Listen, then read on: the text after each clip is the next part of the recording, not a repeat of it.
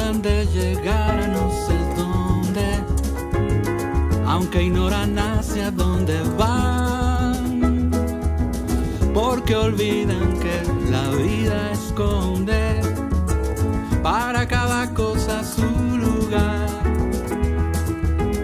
Deja huella quien camina y eso es todo lo importante. Vas pa'lante mientras no paras. Si das para atrás, descuida, que hay que volver para aprender a comenzar. Si saltas vas para arriba, aunque es de peso que algún día caerás.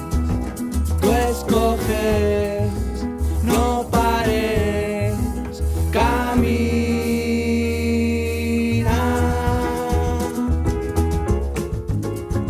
Hoy en Caminos de Ida y Vuelta, en nuestro programa dedicado al Museo de América, vamos a hablar de la historia de un olvido.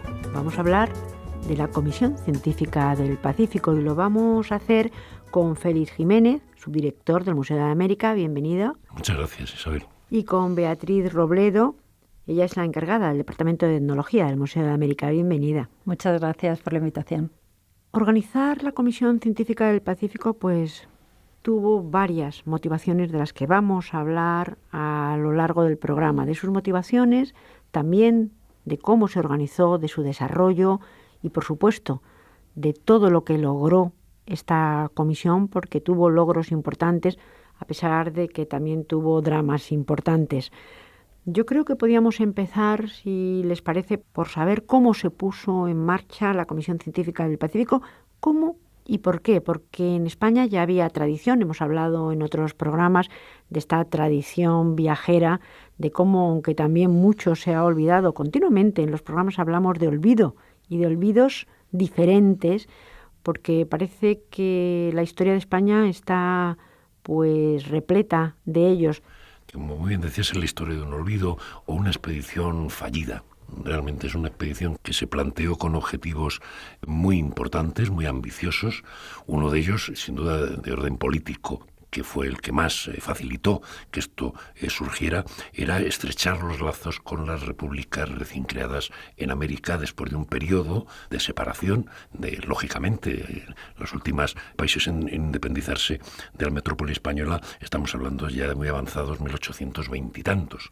Entonces han transcurrido 40 años de silencio, 40 años de malentendidos, 40 años de resquemor entre la antigua metrópoli y las nuevas repúblicas. Y uno de los objetivos fundamentales que se impone, puesto que es una expedición que van a ir 4 barcos, nada menos, de la Armada Española, y por lo tanto una representación gubernamental y estatal importante, yo diría que ese es el objetivo fundamental de la expedición. Pero en esa expedición va a formar parte una comisión científica integrada por 7 investigadores y por un fotógrafo dibujante que va a tener una labor fundamental en la expedición, que de alguna manera se enmarca dentro de esa corriente romántica que va a caracterizar toda la segunda mitad del siglo XIX. En España no solamente en la expedición, sino lo vemos en la literatura, en la poesía, en el teatro, en la pintura, en todas las manifestaciones, incluso en lo intelectual.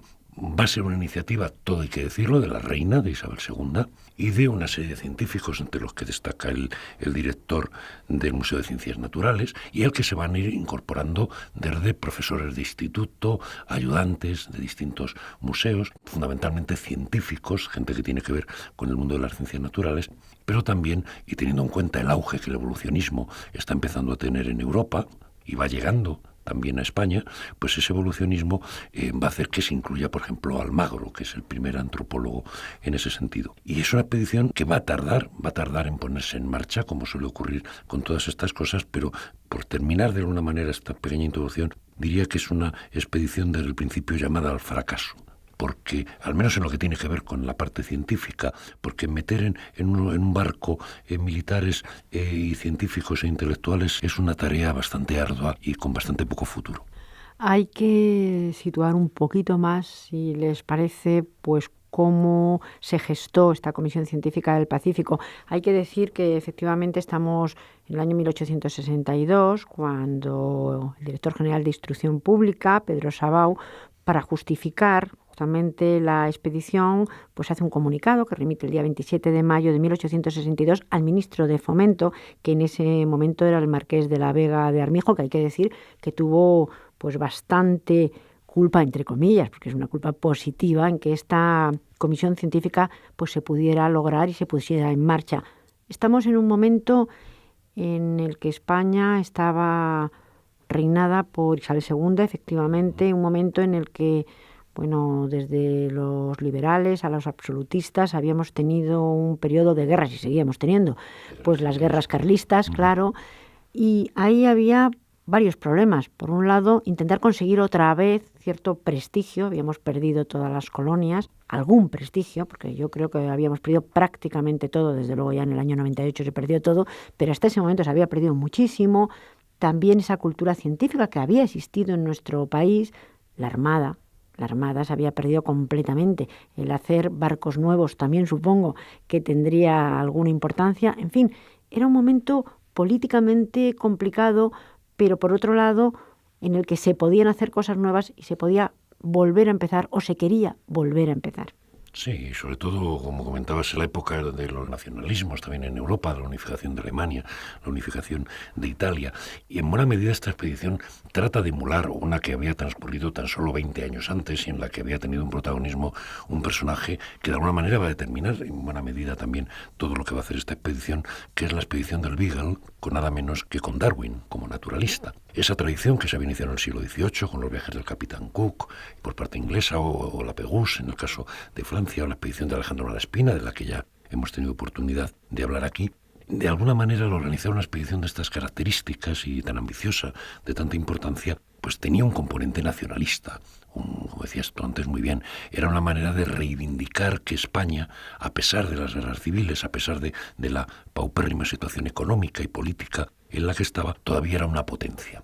El papel político español en ese momento estaba realmente limitado y tenemos que pensar que todo nuestro entorno europeo estaba en una situación de expansión fortísima colonial hacia África, hacia Asia, y España quiere tener un lugar relevante dentro de esas naciones europeas tan pujantes en ese momento, y este viaje supone el intento de recuperar esa tradición científica ilustrada que, como muy bien estáis comentando, se puso ya en marcha en el siglo XVIII. Pero hay una cosa muy curiosa, porque uno de los comisionados, de los que vamos a hablar a continuación, Marcos Jiménez de la Espada, pues no debía tener demasiada fe en que los barcos pues lograran las expectativas que ellos tenían, y dice: me sorprendió su tamaño, su hermosura, su comodidad y el orden y la limpieza que se observa en toda ella. Estamos hablando de uno de los barcos, en concreto de una de las fragatas, y aquí ya pues cuenta cómo son sus camarotes y que todo le parece muy bien, pero que verdaderamente muchos de sus compañeros eran pesimistas. Por lo tanto, nadie confiaba demasiado ni siquiera en que los barcos pues fueran óptimos para empezar la travesía. Bueno, la verdad es que la tradición de los barcos de la Armada Española, sobre todo en el siglo XVIII, era bastante fuerte. Es decir, había muy buenas construcciones y es cierto que a lo mejor los expedicionarios veían, como comentaba Félix, con cierta falta de claridad, no sabían muy bien si iba a tener éxito o no la expedición, pero se llevaron una grata sorpresa. Los barcos estaban perfectamente pertrechados y resultaron óptimos, ¿no?, para la travesía. Costó, hemos dicho, tiempo, pues que esta comisión científica del Pacífico se hiciera a la mar y empezara la travesía. Vamos a ver cómo se organiza, cuántos científicos y quiénes eran, y un poco cuáles eran los objetivos, porque eran objetivos sobre todo naturalistas, a margen de los políticos de los que hemos hablado. Estamos hablando de los científicos. Había objetivos amplios y además ambiciosos, porque verdaderamente en Europa se estaban haciendo bastantes cosas al respecto. El objetivo fundamental de la expedición es recoger con la mayor meticulosidad posible muestras y especímenes tanto botánicos como zoológicos. El hecho de llevar también un antropólogo, quieren también conocer cuál es la situación de las comunidades indígenas de algunos lugares y, de hecho, ellos mismos elaboran algunos diarios de expedición. Realmente son diarios de viaje. Aquí confluimos un poco en lo que comentaba Félix de ese pensamiento romántico que está siempre presente en toda la expedición, porque nosotros esperaríamos de un diario de expedición algo detallado, donde se cuenta con minuciosidad todo lo que va ocurriendo, con cierta distancia a lo mejor con lo que se quiere mostrar, pero no, se producen unos diarios románticos donde se van mezclando la información que se obtiene de las comunidades indígenas que van encontrando, pero también sus propias percepciones personales. Son muy interesantes de leer porque son precisamente reflejo de la época en la que se está viviendo. Claro, lo que hay que decir que dependiendo del momento y del siglo en el que las cosas vayan ocurriendo, pues tiene muchísimo que ver esa percepción subjetiva, que no tanto objetiva, que podríamos pensar que tienen todos los científicos. Bueno, ni siempre es así, ni en todo el mundo tampoco es así. La cuestión es que estos científicos que son de distintas ramas, porque ya hemos dicho antes que había antropólogos, había también hasta un fotógrafo, que era una técnica nueva y que verdaderamente creo que sirvió bastante, porque en aquel momento era la tecnología puntera. Efectivamente. En la expedición se incorporaron naturalistas, médicos, biólogos, pero también se incorporó un expedicionario que era Rafael Castro, que era fotógrafo, y que lo que hizo fue realmente incorporar a la expedición todo lo que de avance científico se estaba produciendo en ese campo en ese momento. Él conoció a Clifford, que es uno de los grandes fotógrafos del siglo XIX, que estuvo aquí en España. Hizo muchísimas fotografías, se conservan todavía hoy, hay más de 500. Y la fotografía realmente era importante en ese momento porque se creía que en ella se podía recoger todos los misterios del mundo, te desvelaba y te aproximaba a la realidad. Era realmente el mejor documento que llevar, y también tenía un papel estratégico importante porque no solamente se pueden hacer fotografías de personas, sino también de paisajes, de los entornos y de puertos. Y de puertos, ahí voy, el interés geopolítico, estratégico de ir buscando determinados lugares que era necesario documentar, ¿no? Si les parece, vamos a empezar el viaje, vamos a meternos ya en estos barcos.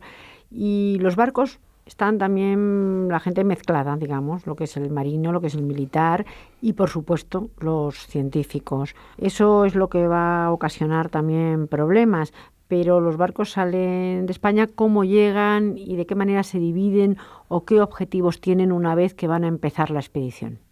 Los barcos, salen de España en agosto de 1862, la travesía, lógicamente, hasta llegar a América, Canarias, Cabo Verde, llegan a Bahía, a Brasil, ahí están, creo que son 3 meses, reconociendo el lugar y se produce una división que fue frecuente, formación de 2 grupos distintos para abarcar el mayor territorio posible y conocer diferentes culturas. Una parte se fue a Montevideo y Argentina, llegaron hasta Chile, y otro grupo llega hasta el estrecho de Magallanes, visitaron Tierra de Fuego, de hecho recogieron algunos objetos interesantísimos en Tierra de Fuego de los Salacaluf, que se extinguieron a finales del siglo XIX, y en el Museo de América conservamos algunos objetos que son especialmente valiosos porque son ya de comunidades que han desaparecido. La comisión vuelven a reunirse y por poco tiempo, porque unos vuelven a la zona de los Andes, Centroamérica, San Francisco, donde muere uno de los expedicionarios, muere Fernando Amor, y tras un conflicto importante se produce una desavenencia con el mando militar y deciden organizar lo que se denominó el Gran Viaje, que fue el recorrer, el hacer el descenso del río Napo y todo el descenso por el Amazonas hasta la desembocadura. así lo hicieron. Pero ya solo quedaban 4. Allí solo fueron 4 de los Solamente expedicionarios. quedaban 4 de los 8, contando Sí. al dibujante y al fotógrafo. Estos 4 científicos, ya hemos visto que había muchísimo viaje y tendríamos muchísimo que hablar porque verdaderamente habían recorrido pues prácticamente de norte a sur y habían recogido ya pues muchísimas cosas, pero nos vamos a centrar estos últimos minutos en este viaje increíble por el Amazonas, y me gustaría ya empezar a hablar de un objeto. El primer objeto, no es el primero, me refiero porque me llama la atención, es una canoa en el que van los expedicionarios, y es una canoa de madera de una sola pieza impresionante que está en el Museo de América. Podemos empezar por ahí porque ya los vemos a todos subidos a esta canoa que verdaderamente tiene un trabajo que es casi artesanía pura. Es artesanía pura realizada por las comunidades indígenas del río Napo. Claro, tenemos que pensar que en la región del Amazonas los ríos son las principales arterias de comunicación, como nuestras carreteras en nuestro ambiente occidental, y lógicamente la mejor forma para moverse es en canoa, ¿no? Las comunidades indígenas son especialistas en realizar magníficas obras en madera, como tú muy bien comentabas, la que se conserva en el Museo de América, en la que viajaron parte de los expedicionarios, utilizaron 2 balsas, 4 canoas grandes y 2 canoas pequeñas. Pues una de estas canoas está en el museo, está hecha en una sola pieza. Las comunidades del Amazonas eligen árboles concretos en función de la canoa que quieran construir, tienen que calcular muy bien su tamaño, el tipo de madera. Antes incluso de elegir el árbol realizan rituales propiciatorios para que todo salga correctamente. El trabajo que se realiza para la construcción de esas canoas es un trabajo colectivo donde lo que prima es la colaboración en tiempo de trabajo. El trabajo invertido en una canoa para un determinado grupo luego se ve recompensado con la colaboración de esa misma gente para realizar otra obra común, ¿no? Y se realiza el vaciado del tronco a mano. Hay que pensar que no utilizan metales, se utilizan hachas de piedra normalmente.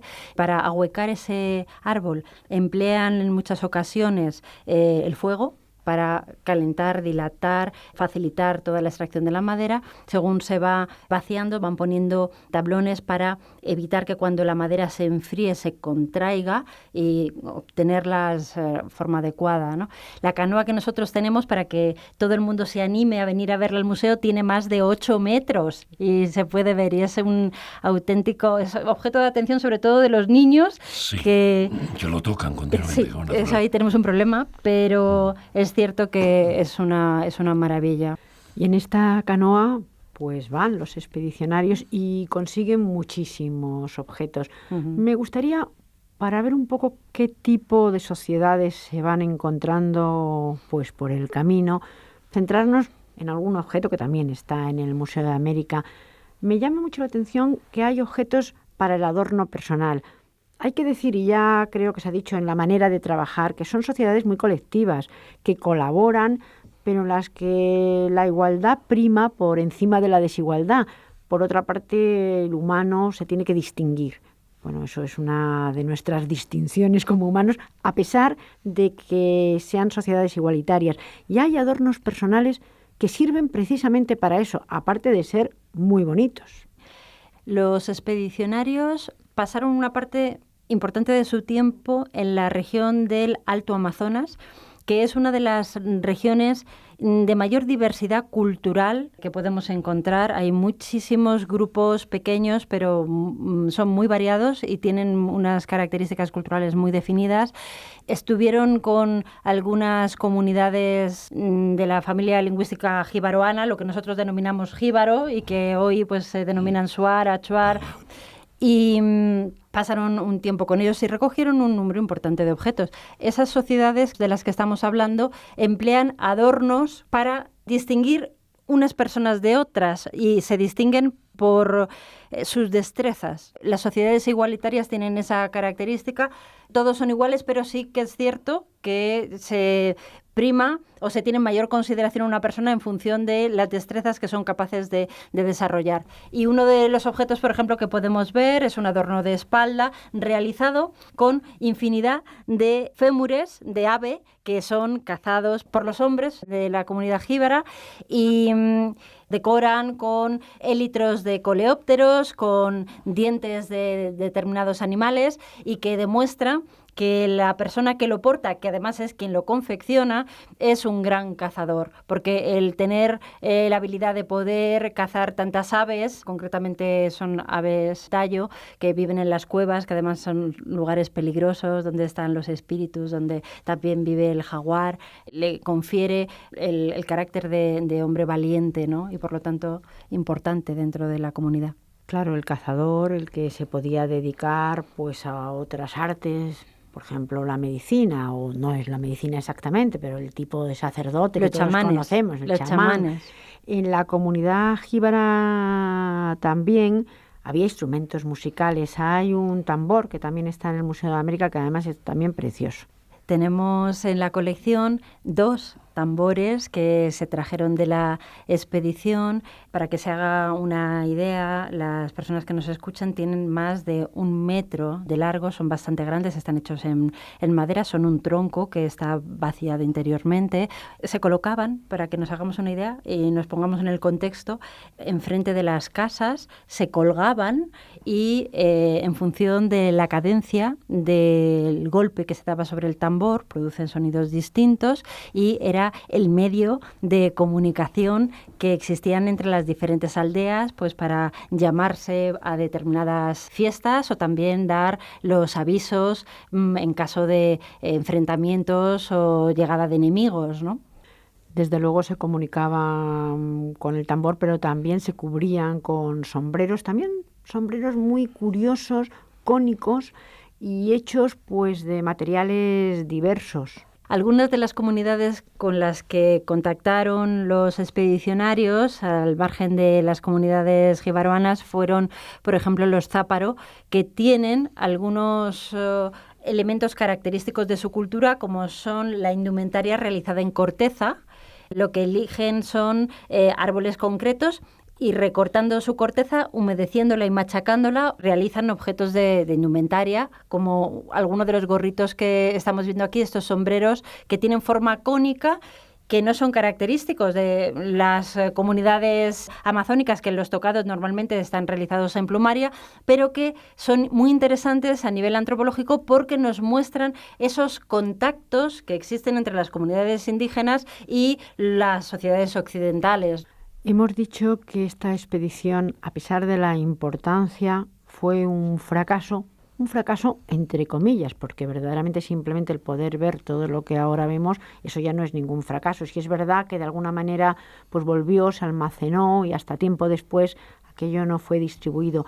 De tener estas piezas ya es un éxito. Es un éxito de la naturaleza humana. Un fracaso en el sentido de que no hay que perder de vista que estos señores son considerados como unos amotinados. Es decir, realmente la autoridad máxima de la expedición es la naval, son los militares. Y con los militares, como hemos comentado, no lo hemos dicho, que llega a haber hasta un bombardeo del puerto del Callao por parte de la Armada Española y que los miembros de la comisión que se encuentran trabajando en tierra son hechos prisioneros, considerados espías. Es decir, es una historia realmente muy rocambolesca, una historia en ese sentido apasionante. Pero cuando llegan a España, como suele ocurrir siempre, ya se ha olvidado. Es decir, ese interés que había, ya las piezas empiezan un poco, se van almacenando, se van desperdigando, parte va al Museo de Ciencias Naturales, parte va al Jardín Botánico, una parte muy importante va al recién creado al año siguiente Museo Arqueológico Nacional, a su sección de etnografía, de donde luego se va a desgajar, algo que a nuestros oyentes, como buenos españoles, les sonará mucho. Lo que es muy curioso, que hemos hecho este programa también basándonos pues en objetos que están en el Museo de América, pero que se podían haber hecho 4, porque hay 1000 historias. Historias, claro. Además, que es también curioso que no han tratado jamás pues el cine o la novela.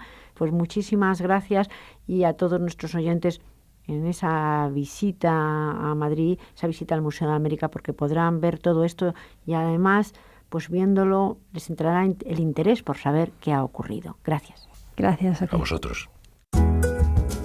Y hasta aquí Caminos de Ida y Vuelta, un programa de la UNED con la colaboración del CEME para Radio Exterior de España.